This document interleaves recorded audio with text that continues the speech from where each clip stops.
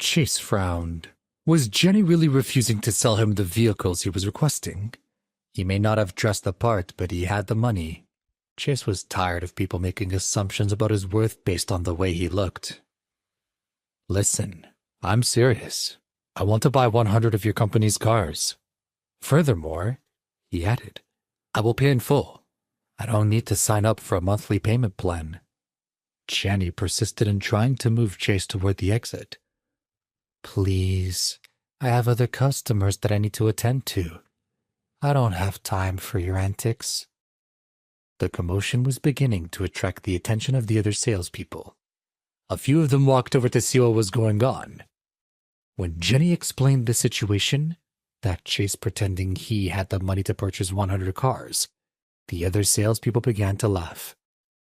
He really caught a big fish this time, huh, Jenny? Laughed one of her colleagues. Another chimed in. Jenny, don't trouble yourself. You're too kind. A third salesperson addressed Chase directly. Hey, man, there's a used car lot a few blocks down. They'll sell you it for 800. Now that's the car for you. Another one added. Come on, he probably doesn't even have $800. Chase's plight seemed to be amusing the salespeople. He shook his head helplessly. He was just too tired of the people judging him that he didn't have the heart to put up a fight. Just at this moment, Yolanda arrived at the dealership. Overhearing some of the argument between Chase and the salespeople, she asked him, What's going on, boss? Apparently we can't afford this car. Chase replied, pointing at the Atlas and rolling his eyes. What do you mean we can't afford it? Asked Yolanda.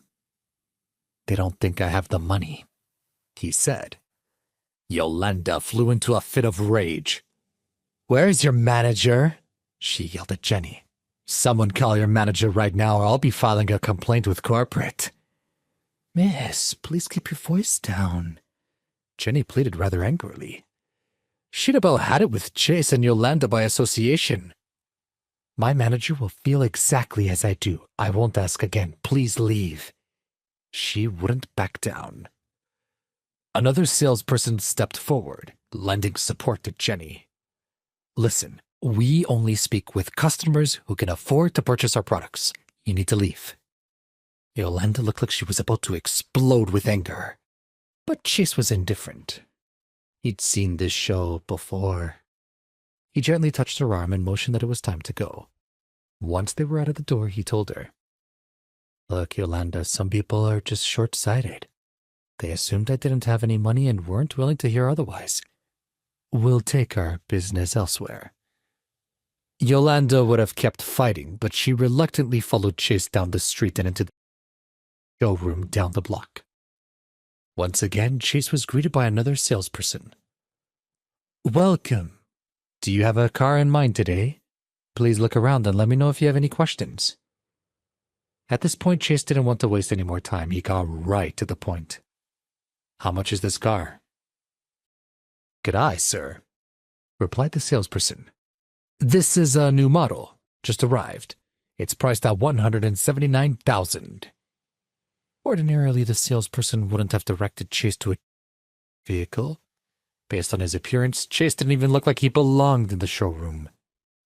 However, there was something about the determination with Chase he had asked about the car that gave the salesperson pause. He had an inkling that Chase was here to purchase. It's a mighty fine car, sir. It would suit you well, said the salesperson. Are you interested in purchasing one today? Sure, replied Chase, rather nonchalantly. But I'll take 100. Excuse me? Did you say you'd like 100? The salesperson was incredibly confused. Had he misheard? Sure did, Chase replied calmly. The salesperson was dumbfounded. He met many wealthy people before, but no one had flaunted their wealth quite like this man in front of him now. 100 These amounted to almost $18 million. That was more than a small fortune. What a strange man. The salesperson thought to themselves, there must be more to him than meets the eye. Of course, sir, they replied. I'll have my manager come speak with you about the order right away. Not long after, the manager of the ship came to introduce herself to Chase and Yolanda. She was an older woman, in her early 50s, and was dressed smartly. She greeted Chase directly and without fanfare. Hi, Mr. Rothman. My name is Matilda Lewis. I'm the manager here. I hear you're interested in buying a few cars. It's a pleasure to meet you, Miss Lewis, greeted Chase. This way, please, she directed. The three of them sat down in her office. After Matilda poured a cup of coffee for Chase, she asked seriously, I heard that you're interested in purchasing a bulk order. How many cars are you looking for? 100, replied Chase. Matilda took a deep breath. She had been told he was looking to purchase multiple cars, but she hadn't expected it to be 100. I'm sorry to ask this, but are you sure you'd like to purchase that many? Although Matilda appeared to be questioning his order, Chase could tell it wasn't asked with condescension. She appeared to be taking him seriously. I assure you, he replied, I'd like 100. Very well then, said Matilda. Let's get you all set up. Let's see. She continued looking over her computer inventory. I can get 100 cars transferred here from neighboring dealerships within a week. Will that do? No, replied Chase. I'd like them right away.